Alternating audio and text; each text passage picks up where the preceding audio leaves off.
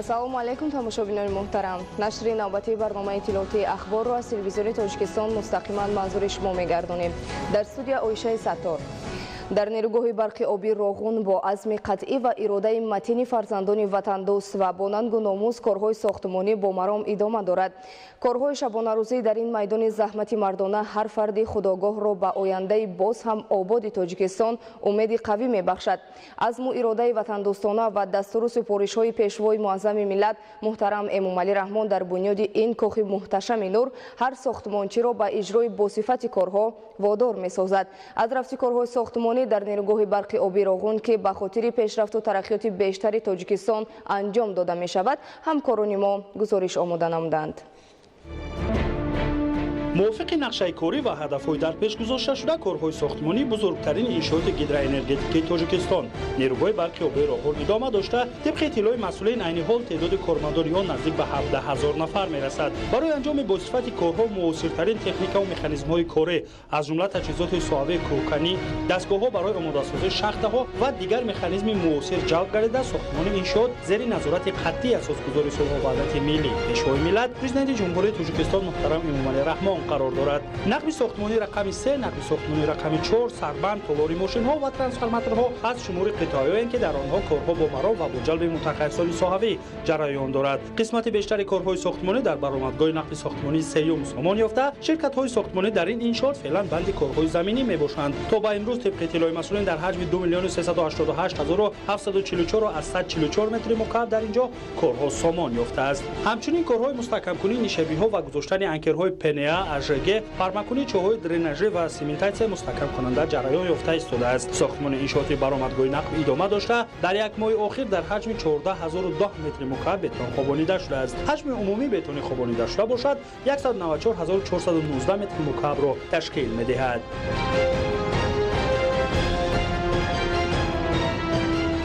нақби опартои СТС ба дарозии қариб 1800 метр, қариб 2 километр буда. дар он ҷо умуман барои оби зиёдатиро патрофтан истифода мешавад. назорати сифати корҳои сохтмонӣ ба тибқи меъёрҳо ва қоидаҳои сохтмонӣ ба сифати баланд ба анҷом расонда истода шудааст.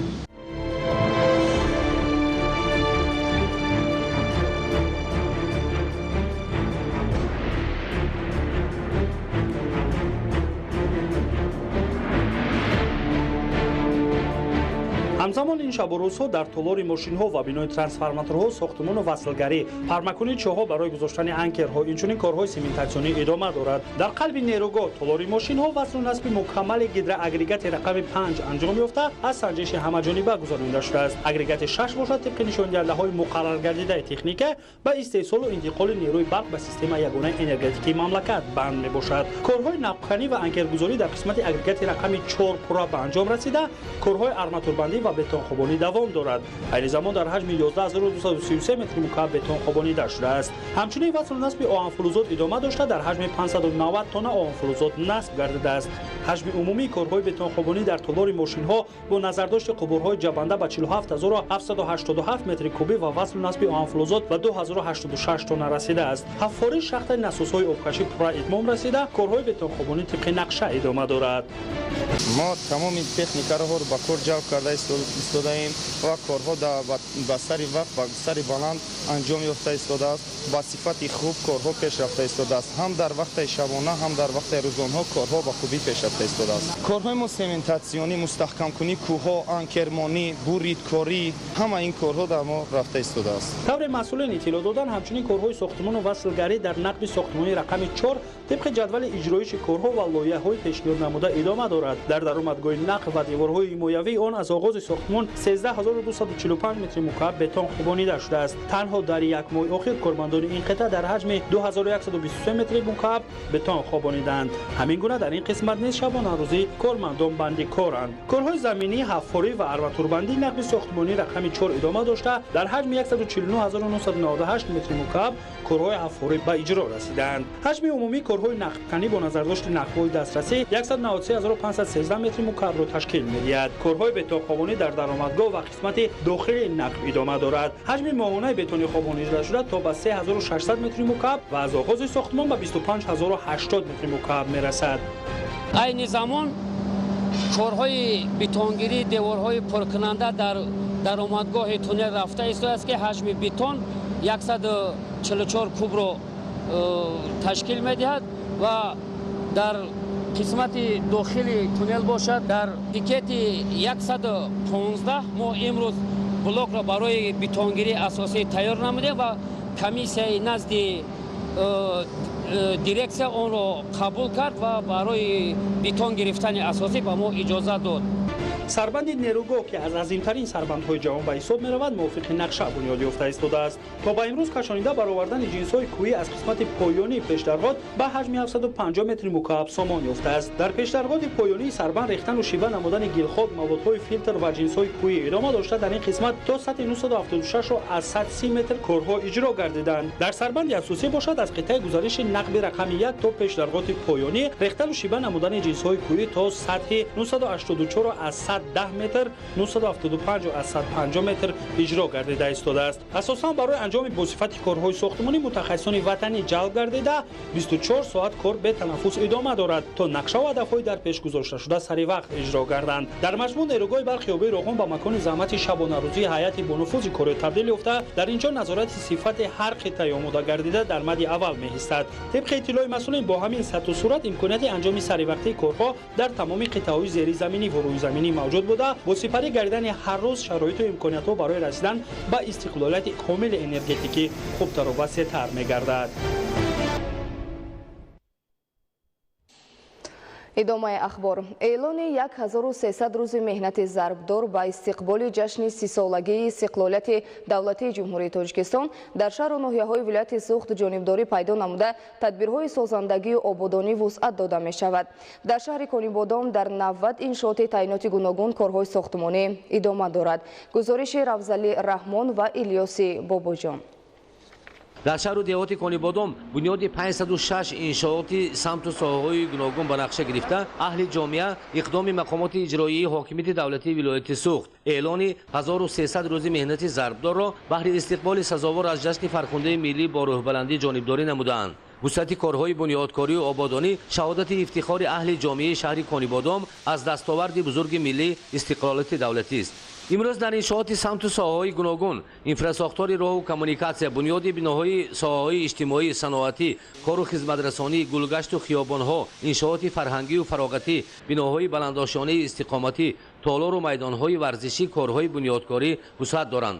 در 6 جماعت دیهات شهر کانیبادام ساختمان انشاءات بهر سیمای تازه بخشیدن به دیهات، مهیا نمودن شرایط‌ها برای تحصیل ارزنده، بلندبرداشتن خدمترسانی طبی در دیهات، بهر به وجود آوردن امکانیت‌های دسترسی اهالی به خدمترسانی‌ها چون حمام و سرتراشخانه، مرکزهای فراغتی بنیاد کرده می‌شوند. ساختمان انشاءات در اساس نقشه گنرالی شهر کانیبادام عملی می‌گردد. با عملی گردیدن نقشه گنرالی شهر کانیبادام به یک شهرهای زیبا تبدیل می‌گردد. تمام انشاءات‌ها طبق لایحه‌های زمانوی به ساخته به استفاده داده می‌شود. در شهر انفراساختورهای مهندسی تکنیکی مهم با وجود می‌آیند. در شهر کانیبادام اولین خانه‌های بلندآشانه استقامتی بنیاد کرده می‌شوند که از 9 آشیانه بلند بودند، لایحه و طرح نو دارند.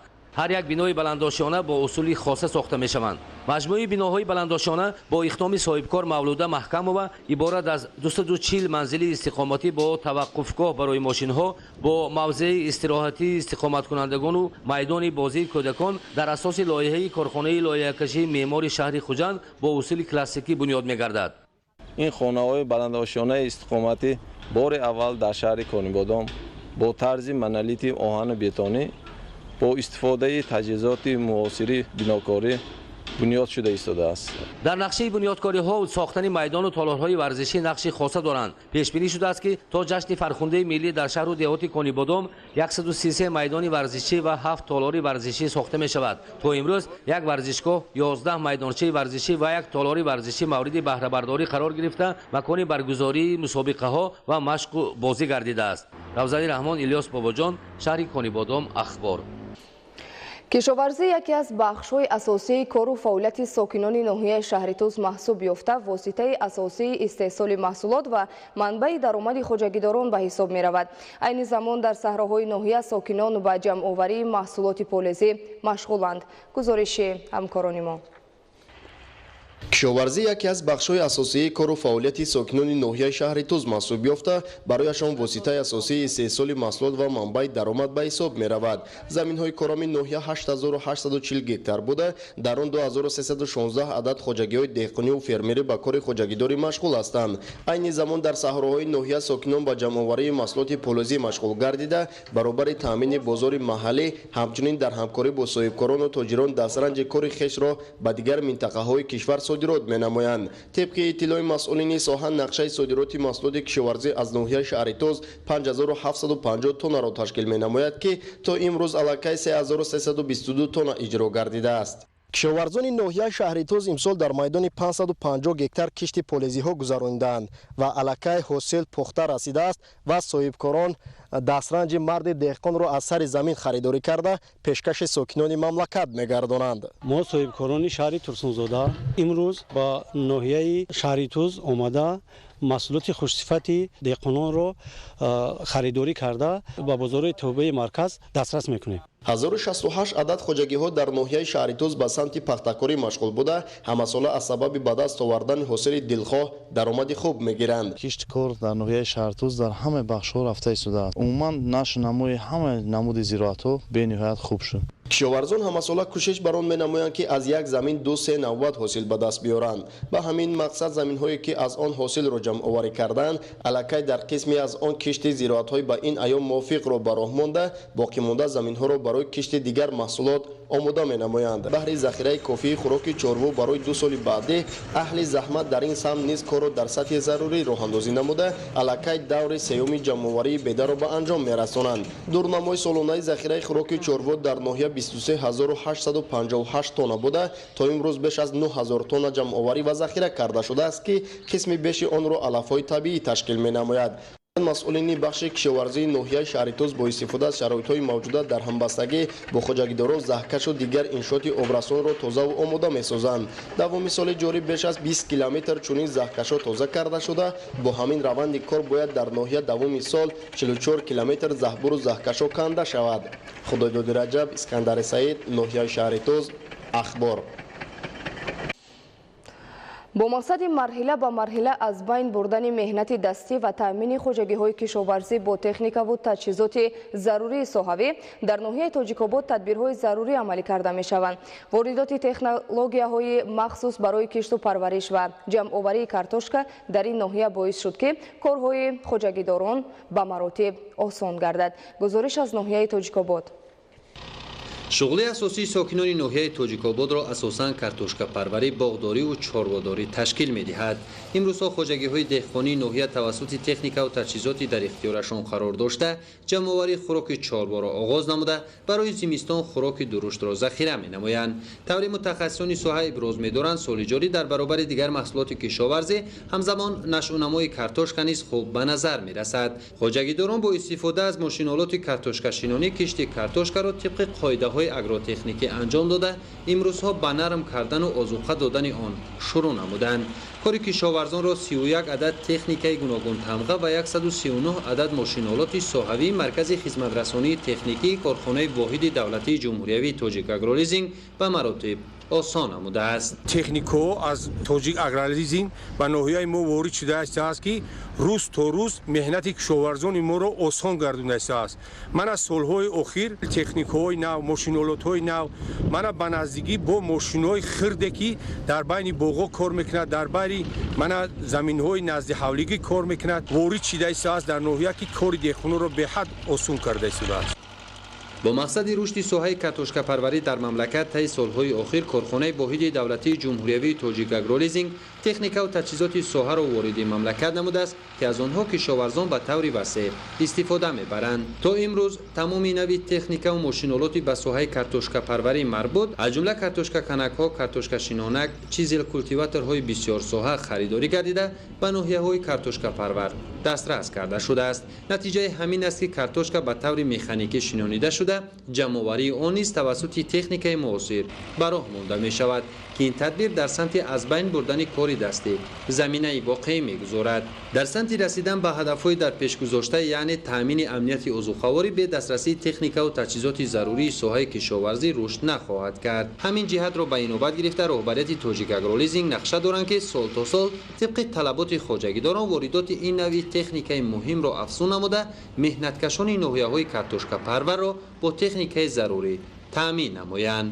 Абдулҳамиди Назир, мақсади мақсад, ноҳияи Тоҷикобод, Ахбор. صادرات میوه‌های شهدبارو از جهت اکولوژی تازه به خارج مملکت سال تا سال می‌افزاید. امسال نیز با استفاده از امکانات موجوده ده‌ها تن نوع‌های گوناگون زردآلو، گیلاس و آلو به شهر و ولایت‌های فدراسیای روسیه صادرات گردید. گزارش محمدعلی سفر و خورشیدی سید احمد. طی سالهای اخیر با بنیاد ده‌ها گکتار باغ‌های نو در مملکت میوه فراوان گردیده در برابر تأمین بازارهای داخل اینچنین میوه‌های شهدبار و خوش‌لذت ما به کشورهای خارج صادرات کرده می‌شوند. امسال نیز با نظرداشت طلبات روزافزون به میوه‌های شهدبار و از جهت اکولوژی تازه مملکت در خارج کشور ده‌ها تن صادرات کرده شد. علاقه صاحبکاران تاجیک صادرات آلو، زردآلو و گیلاس را به شهر و ولایت‌های فدراسیای روسیه شروع نموده همزمان در مرکزهای بزرگ تجارتی شهر مسکو این نامگوی میوه‌ها به فروش گذاشته شده است. میوه‌های لذیذ را برای صادرات صاحبکاران در اساس شرطنامه‌های همکاری از وادی حصار و شهر نویاهای ولایت ختلان دسترس نموده با استفاده شرایط مساعد به کشورهای خارج انتقال دادند. در بازارهای شهر مسکو همزمان ده‌ها تن زردآلو، گیلاس و آلو از جمهوری تاجیکستان وارد کرده شده است که صاحبکاران در شرایط مساعد به خریداران پیشنهاد می‌کنند. از صادرات هرچی بیشتری حاصل باغ‌ها که در مملکت امسال فراوان است، باغداران فایده زیاد گرفته برای رشد منبعی ساحه باز جهد و تلاش خواهند کرد. در شهر و ولایت‌های فدراسیای روسیه طلبات به میوه‌های تر و تازه کشور ما زیاد بوده، بخصوص آلو، زردآلو و گیلاس این شب و روز خریداران زیاد دارد. محمدعلی سفر، خورشید سید احمد از فدراسیای روسیه برای برنامه اخبار. بینندگان گرامی، نشر نوبتی برنامه اطلاعاتی اخبار به انجام رسید. خیر، سلامت و سربلند باشید.